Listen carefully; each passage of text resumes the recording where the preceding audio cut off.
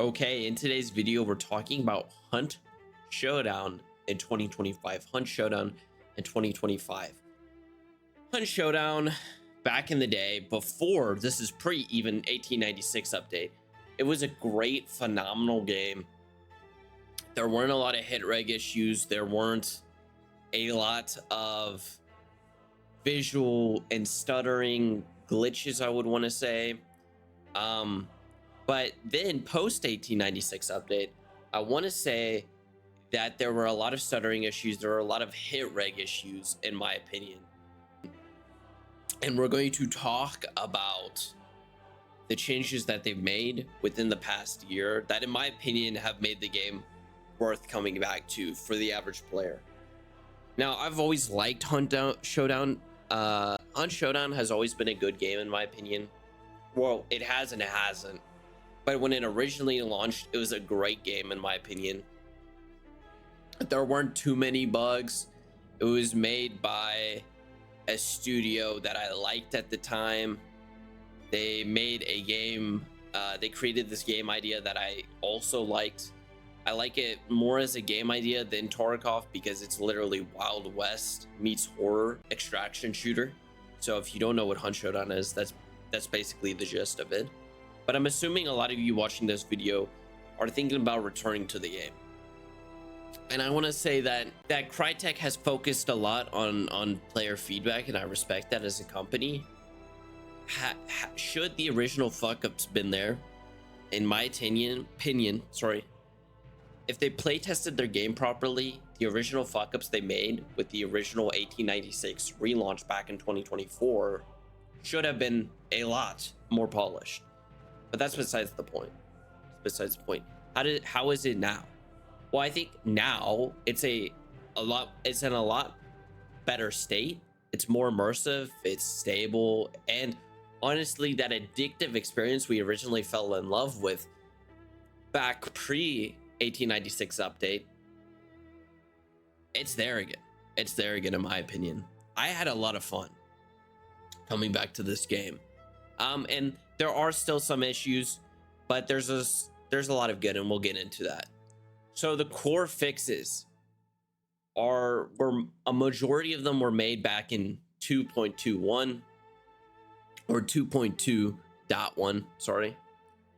They reduced a lot of the desyncs and the trading aspect in gunfights, where a lot of the time what would happen is since you both had separate client sides and you basically are connecting to a server, on your side you would see somebody on your screen in a certain place.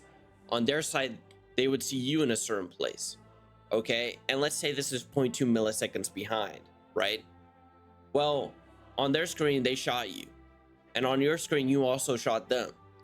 But on the server side, you're both in separate places. But again, on the server side, it's counting both of where you guys just shot, and it's counting it now. So like, for example, what would end up happening is you both would shoot. 0.2 seconds would pass, which is a lot of time in a game. That's like 200 ping in a game, right? And you would basically be like, what the fuck, I just traded with this guy, even though I know for sure I shot before him. Well, it was a server desync issue. So a lot of that has been reduced, and that goes back to the 2.2.1 update. Okay. And a lot of that has been solved in that update. And that update came out in January. Then 2.3 came out. Now 2.3 came out, and 2.3 re-added those problems, and that was back in June, and that's originally when I retried the game again. Sorry, I had to do it. 2.3. So they re-added those issues back in 2.3. Then they re-fixed them back in 2.4 with the initial instabilities were quickly patched back in 2.4, which was around July time, which again, I left at that time. I wasn't playing the game because of the 2.3 issues.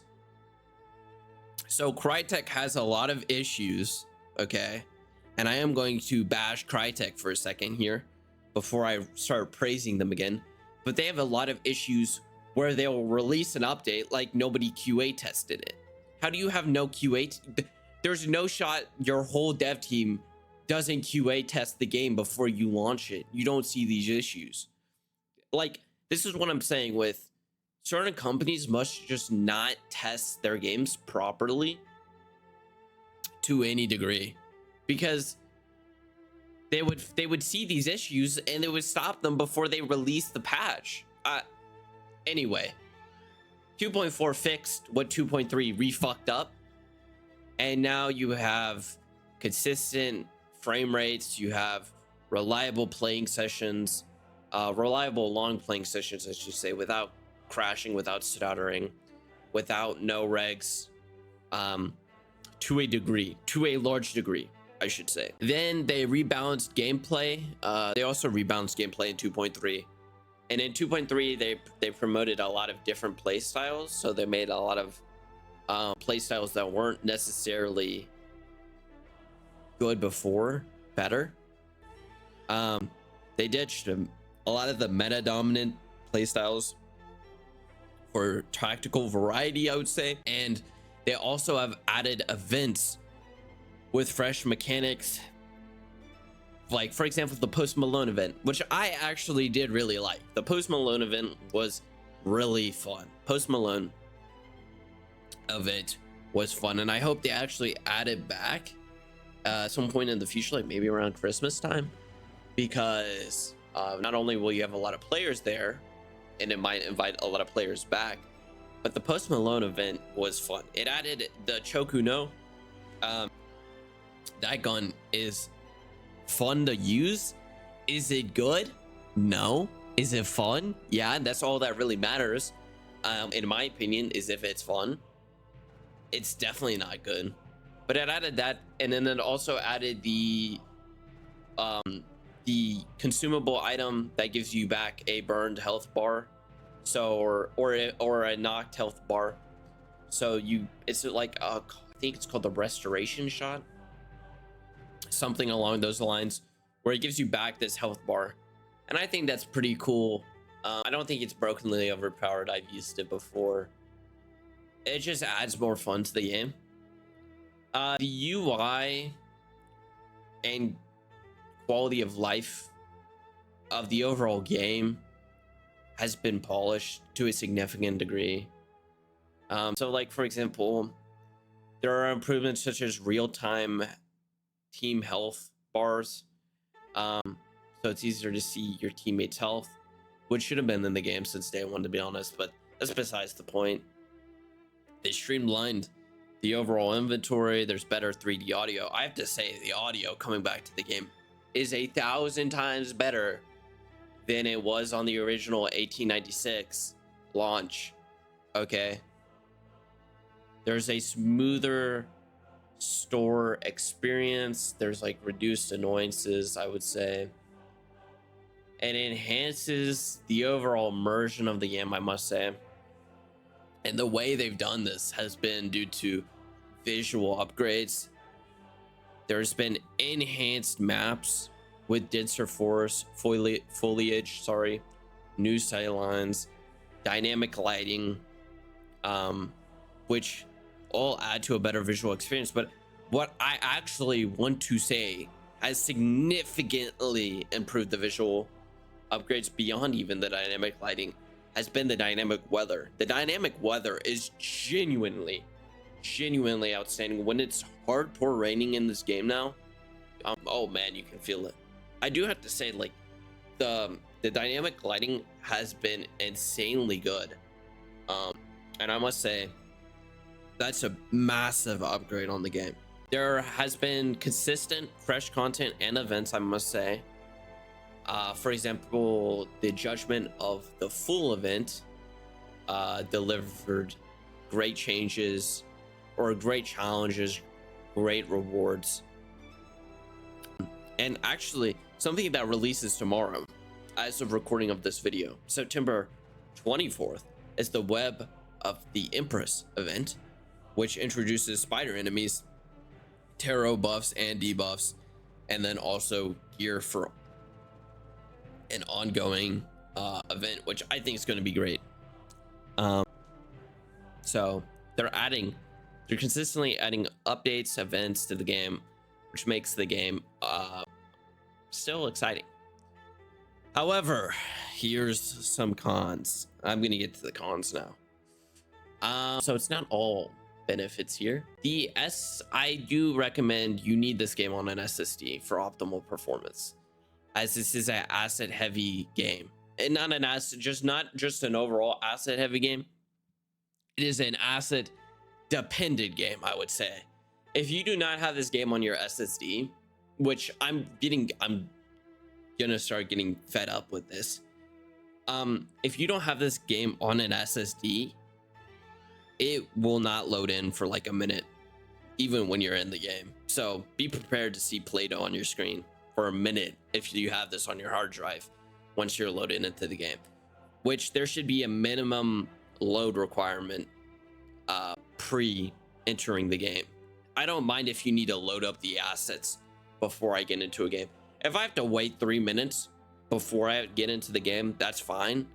But then don't make me load in all these assets. And I would get rid of the requirement of needing an SSD. Every game nowadays wants you to have it on your SSD. And it's just annoying from a gamer's perspective. It's great from a company perspective because it stops players from leaving your game, because now they have to uninstall the game and then reinstall a game they actually do like. So it just pisses me off. Okay, you need an SSD if you want to play this game. It cuts load times, it minimizes stuttering. The assets they don't look like Play-Doh, and to be honest, it gives you a competitive advantage. It does. So there's that. And then also there still are hit reg issues. To act like they've been completely erased is a little embellished. There are still hit reg issues. The hit reg issues mainly preside within, and I'll say this, the hit reg issues aren't the worst, but they are there. So for example, last night we had a 5-hour play session, and there was really one time where there was a hit reg that should have occurred that didn't, and that's maybe out of like 200 shots. So less than 0.5% of the shots you're going to take have hit reg issues, but they're still there. I do think it's still worth mentioning. Or honestly, it's more like 1%, which is significant. And they do need to fix that. So Crytek has been releasing constant updates, releasing constant content, but there are still some fundamental issues that make me question whether they have QA testers. That's my overall analysis. I think this is really fair. I do like the game a lot more now since the relaunch. The updates have made it significantly better. And again, I will always like this game because of the overall aesthetic, because of the overall gameplay of it. But again, Crytek, you're lucky. You're lucky. You're lucky I like this game as much as I do. But honestly, I would give this game a 6 out of 10 right now, currently. Again, those drawbacks, in my opinion, are significant.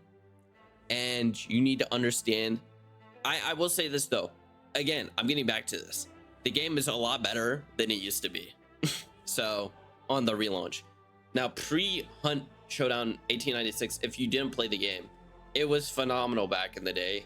It was one of the best games out there, I must say, on the market. If you didn't play it, it was a true gem back in the day. But obviously, they wanted to do some visual enhancements, so I think that's why they relaunched to 1896, because I think they got a new engine in. But with that being said, y'all, as always, I hope y'all have a great day. And before we end it off here, do revisit the game. On this next update. I don't know if it's gonna fuck up the reg issues even worse, and if it does, I'll make a follow-up video. But Hunt Showdown in 2025, I do recommend you revisit it if you played it before. I think it's a lot better than when it relaunched on back in 2024 to on Showdown 1896. With that being said, y'all, remember, as always, junk it out and have a great day.